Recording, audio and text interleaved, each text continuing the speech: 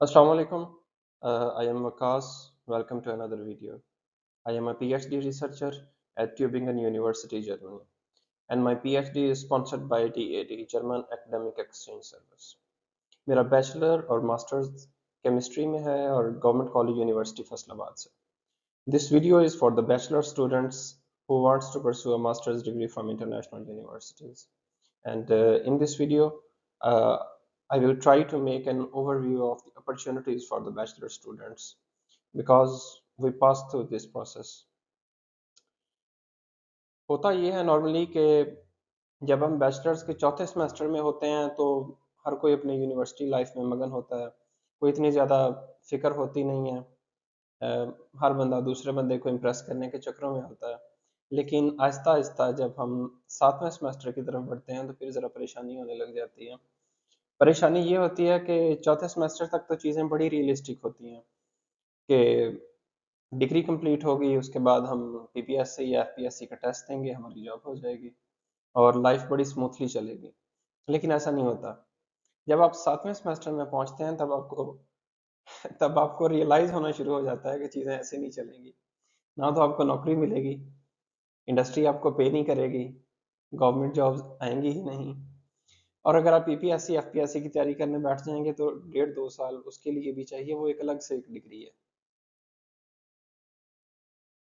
ये possible opportunities हैं जब आप आठवें सेमेस्टर को पास करते हैं. कुछ स्टूडेंट्स सोचते हैं कि हम बीपीएससी या एफपीएससी की तरफ मूव कर जाएंगे. कुछ जो हैं वो एजुकेटर की जॉब, जो कि बड़ी इजी है पाकिस्तान में प्राइवेट सेक्टर में, वो स्टार्ट कर देते हैं वेरी लो सैलरी पे. कुछ इंडस्ट्री ज्वाइन कर लेते हैं, वो भी बड़ा कम आपको पे करती है. और कुछ बाकी जॉब्स की तरफ या अपने छोटे मोटे कारोबार स्टार्ट कर लेते हैं.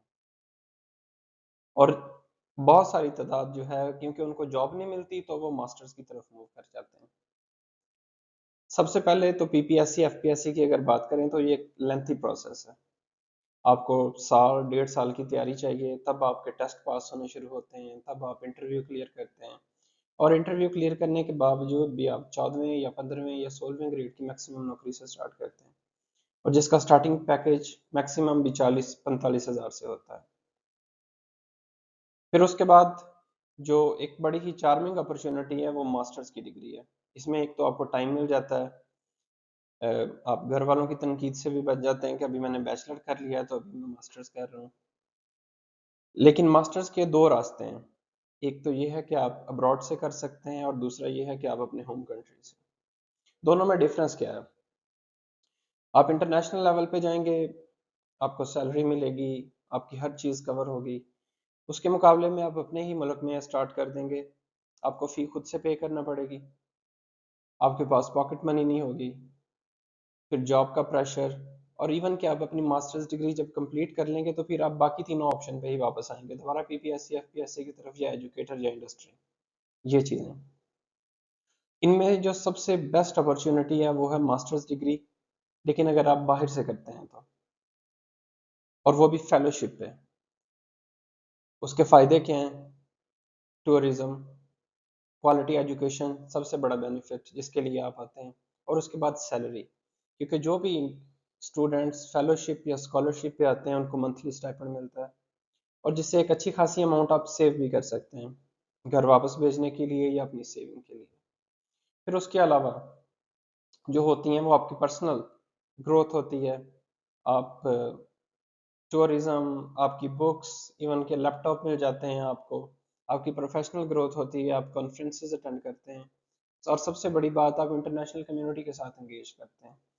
और फिर जब आप किसी अच्छे इंस्टीट्यूट से डिग्री ऑब्टेन कर लेते हैं तो फिर आपको उसी मुल्क में या यूरोप में या जहाँ भी आप हैं इंडस्ट्री में जॉब मिल जाती है. मेरे एक दोस्त ने कोरिया से मास्टर्स किया और मास्टर्स करने के बाद उसका डायरेक्ट यूके में जॉब हो गई उसकी. तो इस तरह बहुत सारी अपॉर्चुनिटीज आप अवेल कर सकते हैं. लेकिन जो क्वेश्चन आपके माइंड में आएगा कि क्या करना चाहिए आपको, क्या आप ये स्कॉलरशिप विन कर सकें, तो सबसे पहले आपने करना ये है कि आप 7 सेमेस्टर तक तो अपनी फ़ी पे करते हैं, तो आप एटलीस्ट अपनी पॉकेट मनी से इतना सेव करें कि आप आइट्स कर सकें, क्योंकि ये स्कॉलरशिप के लिए बहुत ज़रूरी है. और स्पेशल आप अगर किसी अच्छे कंट्री में जाना चाहते हैं तो आइट्स उनकी ऑब्वियस रिक्वायरमेंट होती है. फिर उसके बाद जब आपने 8वें सेमेस्टर को आपने पास कर लेना है और यूनिवर्सिटी छोड़ने से पहले आपने अपनी transcripts, letter of motivation, letter of recommendations, at least 3 professor से आप रिकमेंडेशन लेटर्स लें, इंग्लिश प्रोफिशिएंसी लेटर्स लें आप, पर्सनल स्टेटमेंट आप लिख के किसी प्रोफेसर को चेक करवा लें। ये काम आपने सबसे पहले करना है। फिर उसके बाद जब आपने आइट्स कर लेना है तो फिर आपने अदर अपॉर्चुनिटीज की तरफ मूव करना है। आप स्क्रीन पे देख सकते हैं कि ये अभी मैंने जस्ट कुछ नैरो डाउन करके लिखी हैं। अब बहुत सारी अपॉर्चुनिटीज हैं जो आप अवेल कर सकते हैं। अगर जापान की मैं बात करूं तो जापान में मैक्स स्कॉलरशिप आता है मास्टर्स के लिए और पीएचडी के लिए। जर्मनी डार्ट फेलोशिप बहुत अच्छी फेलोशिप है। ना सिर्फ आप खुद आते हैं बल्कि आप अपनी फैमिली को भी अपने साथ लेके आ सकते हैं।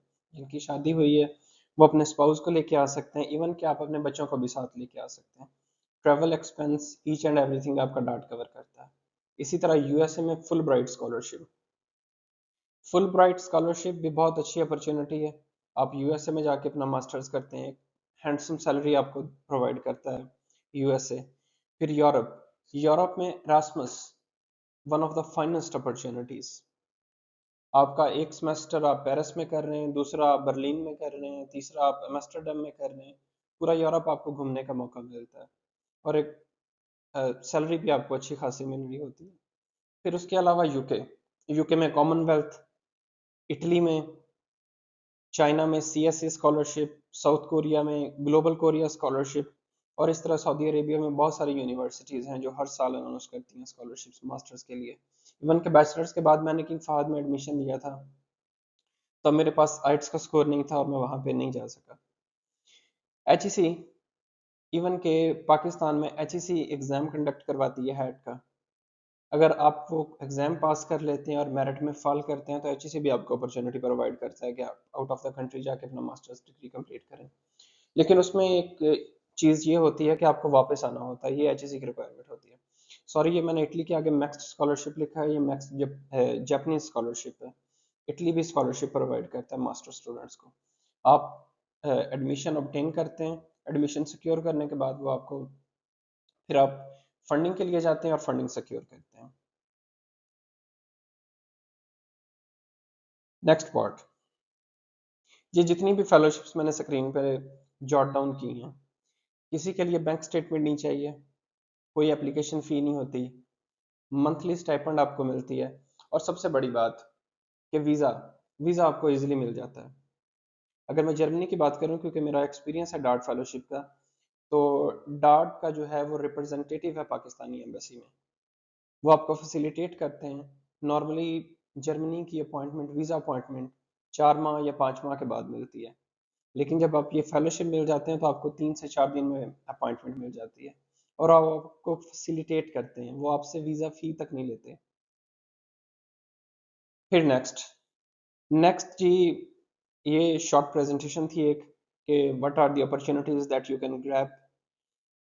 इंशाल्लाह I will try my best कि ये जो फेलोशिप्स हैं इन पे मैं वीडियोस भी बनाऊं। कोई क्वेश्चन आप पूछना चाहते हैं तो आप कमेंट सेक्शन में आप पूछ सकते हैं। एक और चीज़ मैं यहाँ पे मेंशन करना चाहूँगा वो ये है कि बहुत सारे लोग सिर्फ इसीलिए फील्ड चेंज कर लेते हैं या वो जॉब स्टार्ट कर देते हैं सिर्फ इस बेस पे कि मेरा दोस्त कर रहा था तो हमने भी साथ स्टार्ट कर दी, या किसी ने ओपिनियन दिया कि ये करो इसका स्कोप ज़्यादा है और वो स्टार्ट कर देते हैं। तो ये बात आप जहन में रखें कि opinions are the cheapest commodities on earth. जो बंदा आपको कुछ नहीं दे सकता वो मशवरा दे देता है, तो आप लोगों के मशवरों पे अमल ना करें। अगर आप छठे, 7वें या 8वें सेमेस्टर में हैं तो आप अभी से सीरियस हों, आइट्स के लिए पैसे जोड़ें, आइट्स दें, अपने डॉक्यूमेंट्स प्रिपेयर करें और स्कॉलरशिप के लिए जाएं। ये एक बहुत ही ब्रॉडर स्पेक्ट्रम है। जब आप स्कॉलरशिप के लिए पहुंचते हैं तब आप देखते हैं कि कौन कौन सी अपॉर्चुनिटीज़ आप अवेल कर रहे हैं।